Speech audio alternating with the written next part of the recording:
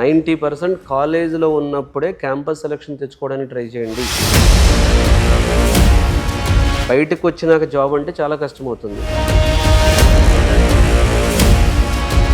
ఒక జావా తీసుకోండి, క్యాంపస్ సెలక్షన్లో జావాలో ఒక 5 పాయింట్స్ వస్తే చాలు అవుట్ ఆఫ్ 10. ఇక్కడ 10కి 10 రావాలి, 10కి 9 రావాలి. చాలా డెప్త్ అడుగుతారు, అడ్వాన్స్డ్ స్కిల్స్, అడ్వాన్స్డ్ సబ్జెక్ట్ అడుగుతారు, శాలరీ తక్కువ ఇస్తానంటారు.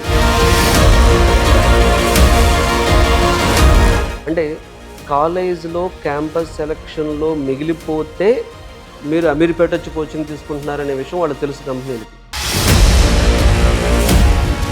ఏ ఇండస్ట్రీ అయినా సరే ఎప్పుడు కూడా పర్సంటేజెస్ని బట్టి, మార్క్స్ని బట్టి, కాలేజ్లో అటెండెన్స్ని బట్టి ప్లేస్మెంట్ ఇవ్వదు. ఈ 5 స్కిల్స్ని బట్టి వాళ్ళు ప్లేస్మెంట్ ఇవ్వడం అనేది జరుగుతుంది.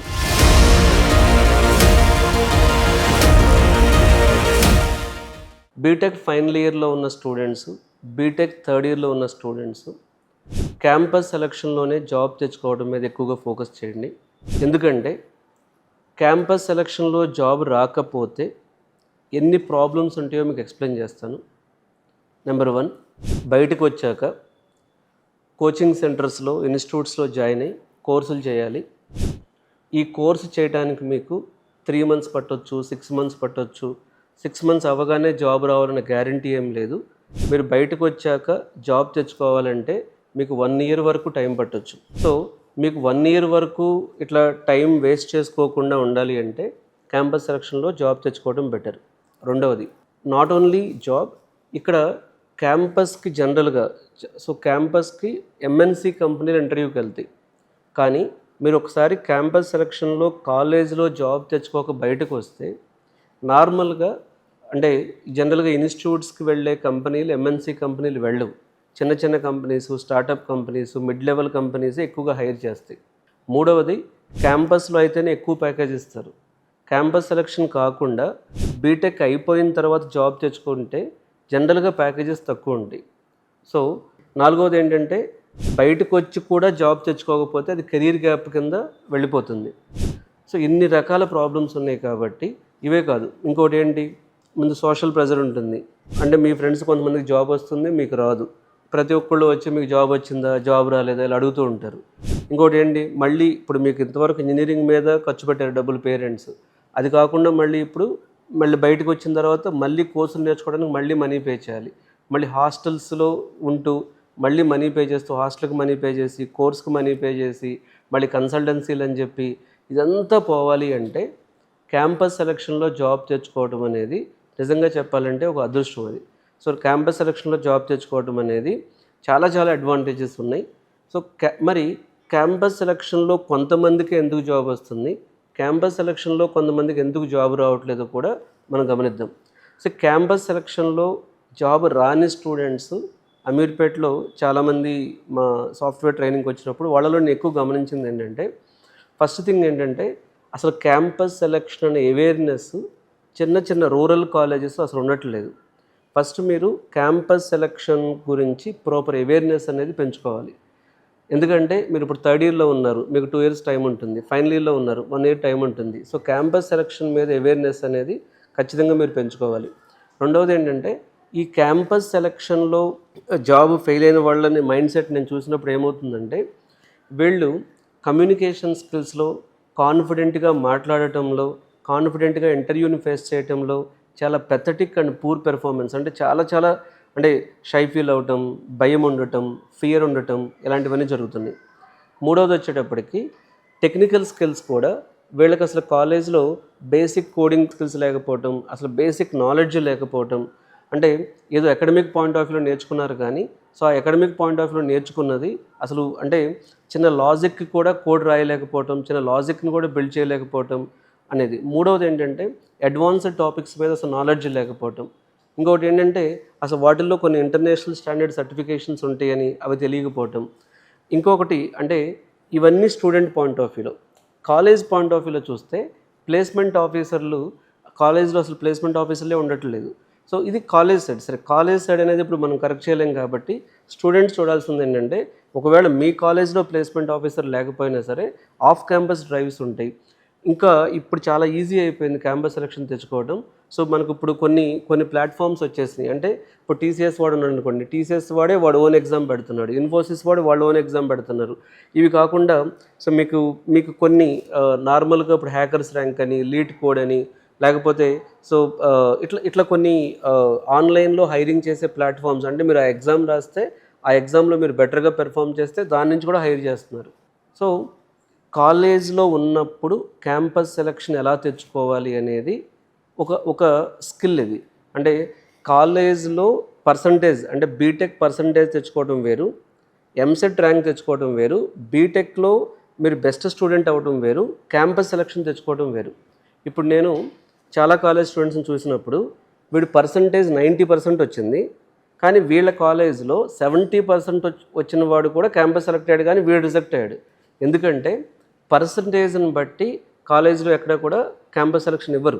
పర్సంటేజ్ ఉంటే బెస్ట్ స్టూడెంట్ అవ్వచ్చేమో కానీ యూనివర్సిటీ పాయింట్ ఆఫ్ వ్యూలో, కానీ ఒక కంపెనీ మీ దగ్గరికి హైరింగ్కి వచ్చేటప్పుడు వాళ్ళు గ్యారంటీగా చూసేది ఏంటంటే చాలా స్కిల్స్ చూస్తారు. ఎగ్జాంపుల్ టీసీఎస్ వచ్చిందండి మీ క్యాంపస్కి.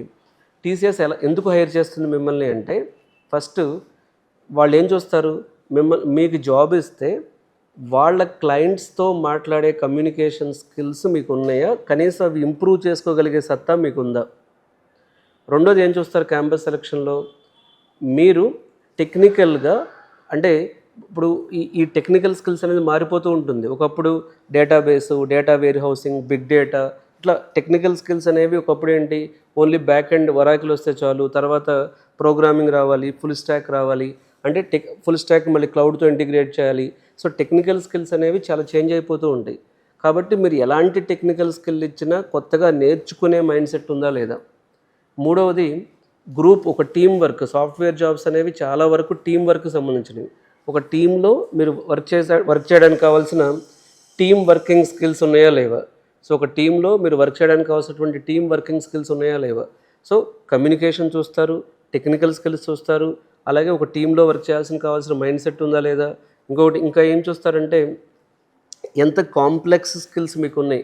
అంటే రేపొద్దున ఫ్యూచర్లో మీ లాజికల్ థింకింగ్ కానీ, మీ మ్యాథమెటికల్ థింకింగ్ కానీ ఇది డెప్త్ ఉందనుకోండి, ఆ లాజికల్ థింకింగ్కి, మ్యాథమెటికల్ థింకింగ్కి కావాల్సిన డెప్త్ నాలెడ్జ్ ఉంటే మీరు కాంప్లెక్స్ స్కిల్స్ని, కాంప్లెక్స్ ప్రాబ్లమ్స్ని ఈజీగా సాల్వ్ చేయగలుగుతారు. కాబట్టి వాళ్ళు చూసేది చిన్న చిన్న పాయింట్సే. ఇప్పుడు మీరు అనుకున్నట్లుగా సో వాళ్ళు ఇప్పుడు ఫస్ట్ ఇంకొక 5th పాయింట్ వచ్చేటప్పటికి ఏమవుతుందంటే మీకు మీ ఫ్లెక్సిబిలిటీ, అంటే ఒక ఆర్గనైజేషన్ మిమ్మల్ని ఏ షిఫ్ట్లో వర్క్ చేయించవచ్చు, ఏ లొకేషన్ నుంచి వర్క్ చేయొచ్చు, ఇలాంటి 5 క్వాలిటీస్ అండి. ఈ 5 క్వాలిటీస్ ఉంటే క్యాంపస్ సెలక్షన్ తెచ్చుకోవడం అనేది మీకు పెద్ద విషయం కాదు.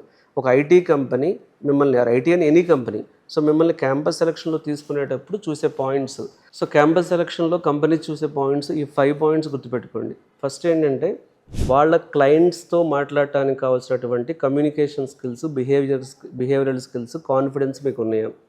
రెండవది బేసిక్ టెక్నికల్ స్కిల్స్ ఉన్నాయా లేవా మీకు, అంటే కోడింగ్ ఎలా ఉంది, బేసిక్ కంప్యూటర్ సైన్స్ కాన్సెప్ట్స్ మీద కోడింగ్ స్కిల్స్ ఎలా ఉన్నాయి. మూడవది వచ్చేటప్పటికి మీకు ఫ్యూచర్లో కొంచెం కాంప్లెక్స్ ప్రాబ్లమ్స్కి వర్క్ చేయడానికి కావాల్సినటువంటి లాజికల్ థింకింగ్ ఎలా ఉంది, అంటే ఆ మ్యాథమెటికల్ థింకింగ్ కానీ, లాజికల్ థింకింగ్ కానీ ఎలా ఉంది. నాలుగవది ఏంటంటే ఒక టీమ్గా వర్క్ చేయడానికి కావాల్సినటువంటి టీమ్ వర్క్, అంటే గ్రూప్ డిస్కషన్స్ కానీ, లేకపోతే టీమ్ ప్లేయరా, మీరు ఇండివిజువల్గా ఆలోచిస్తున్నారా. ఎందుకంటే టీమ్గా వర్క్ చేసే మైండ్ సెట్ ఉంటేనే ఆ టీంలో గ్రో అవడం అనేది మీకు పాసిబుల్ అవుతుంది. సో తర్వాత మీ ఫ్లెక్సిబిలిటీ ఎలా ఉంది, మీరు ఏ లొకేషన్లో అయినా వర్క్ చేస్తారా, లేకపోతే మీరు ఏ షిఫ్ట్లో అయినా వర్క్ చేస్తారా, ఏ ప్రాజెక్ట్లో అయినా వర్క్ చేస్తారా. ఇట్లాంటి మీ ఫ్లెక్సిబిలిటీ, అంటే ఒక యాటిట్యూడ్ ఎలా ఉంటుంది మీది. ఇలాంటి 5 పాయింట్స్ మీదే ఒక ప్లేస్మెంట్ ఆఫర్ అనేది రిలీజ్ అవుతుంది. ఈ 5 పాయింట్స్ ఇంప్రూవ్ చేసుకోవాలనుకుంటే మీరు మీ ప్లేస్మెంట్ రెడీనెస్ అనేది బీటెక్ ఫైనల్ ఇయర్ కానీ, బీటెక్ 3rd yearలో కానీ స్టార్ట్ చేసుకుంటే ఈ 5 పాయింట్స్ ఇంప్రూవ్ చేసుకోవడం పెద్ద కష్టమేమీ కాదు. అయితే చాలామంది ఏమనుకుంటారు, ఆల్రెడీ మేము కాలేజ్లో మార్నింగ్ నుంచి ఈవినింగ్ దాకా కష్టపడుతున్నాం కదా అంటే, కాలేజ్లో మీరు కష్టపడేది అకాడమిక్ పాయింట్ ఆఫ్ వ్యూలో కాలేజ్ వర్క్ అంటే సరిపోతుంది, కానీ ఇండస్ట్రీ ఓరియంటేషన్లో సరిపోదు. సో ఇండస్ట్రీ ఎప్పుడు కూడా, ఏ ఇండస్ట్రీ అయినా సరే ఎప్పుడు కూడా పర్సంటేజెస్ని బట్టి, మార్క్స్ని బట్టి, కాలేజ్లో అటెండెన్స్ని బట్టి ప్లేస్మెంట్ ఇవ్వదు. ఈ 5 స్కిల్స్ని బట్టి వాళ్ళు ప్లేస్మెంట్ ఇవ్వడం అనేది జరుగుతుంది. సో ఈ 5 స్కిల్స్ నేర్చుకోవటం అనేది కొంచెం రైట్ టూల్స్ ఉన్నాయి మార్కెట్లో ఇప్పుడు. ఈ 5 స్కిల్స్ని ఇంప్రూవ్ చేసుకుని ప్లేస్మెంట్ ఎలా తెచ్చుకోవాలన్న దగ్గర మీకు కన్ఫ్యూజన్ ఉంటే కెరీర్ గైడెన్స్ విత్ రమణలో అపాయింట్మెంట్ తీసుకుని బీటెక్ థర్డ్ ఇయర్లో ఉన్నప్పుడు, ఫైనల్ ఇయర్లో ఉన్నప్పుడు ప్లేస్మెంట్ ఎలా తెచ్చుకోవాలి, ప్లేస్మెంట్ రెడీనెస్ ఎలా చేయాలనేది మరిన్ని విషయాలు మీతో ఎలాబొరేట్గా మాట్లాడటం జరుగుతుంది. సో ఈ కెరీర్ గైడెన్స్ ఆబ్జెక్టివ్ ఏంటంటే బీటెక్ చదువుతున్నప్పుడే ప్లేస్మెంట్ రావాలంటే ఎలాంటి స్కిల్స్ ఇంప్రూవ్ చేసుకోవాలి, ఎలాంటి టూల్స్ ఇంప్రూవ్ చేసుకోవాలి, మైండ్ సెట్ ఎలా మార్చుకోవాలి, సో ఎట్లా వాళ్ళు కంపెనీస్ని అప్రోచ్ అవ్వాలి. ఎందుకంటే ఇప్పటి వరకు కాలేజెస్ ఏం చేస్తుంటే మీ కాలేజీలో ప్లేస్మెంట్ ఆఫీసర్ ఉంటాడు. ఇప్పుడు కెరీర్ గైడెన్స్ ఛానల్ ద్వారా నేను ఏం చేయబోతున్నానంటే సపరేట్గా మన కెరీర్ గైడెన్స్ ఛానల్లో కూడా కొంతమంది ప్లేస్మెంట్ ఆఫీసర్స్ని అపాయింట్ చేసి ఎవరైతే స్టూడెంట్స్ ప్లేస్మెంట్ సపోర్ట్ కావాలని అడుగుతారో వాళ్ళు కూడా ఈ సర్వీస్ని యూటిలైజ్ చేసుకోవచ్చు. సో ప్లేస్మెంట్ ఆఫీసర్ సపోర్ట్ కూడా కెరీర్ గైడెన్స్ ఛానల్ ఇవ్వాలనుకుంటున్నాం మనం. సో ఈ ప్లేస్మెంట్ ఆఫీసర్ సపోర్ట్ ఎందుకు ఉపయోగపడుతుంది అంటే ఒక కాలేజ్లో ఒక స్టూడెంట్కి ప్లేస్మెంట్ రాకపోవడానికి మెయిన్గా 2 రకాల తప్పులు ఉంటాయి. ఒకటి స్టూడెంట్ మిస్టేక్, 2 కాలేజ్ మిస్టేక్.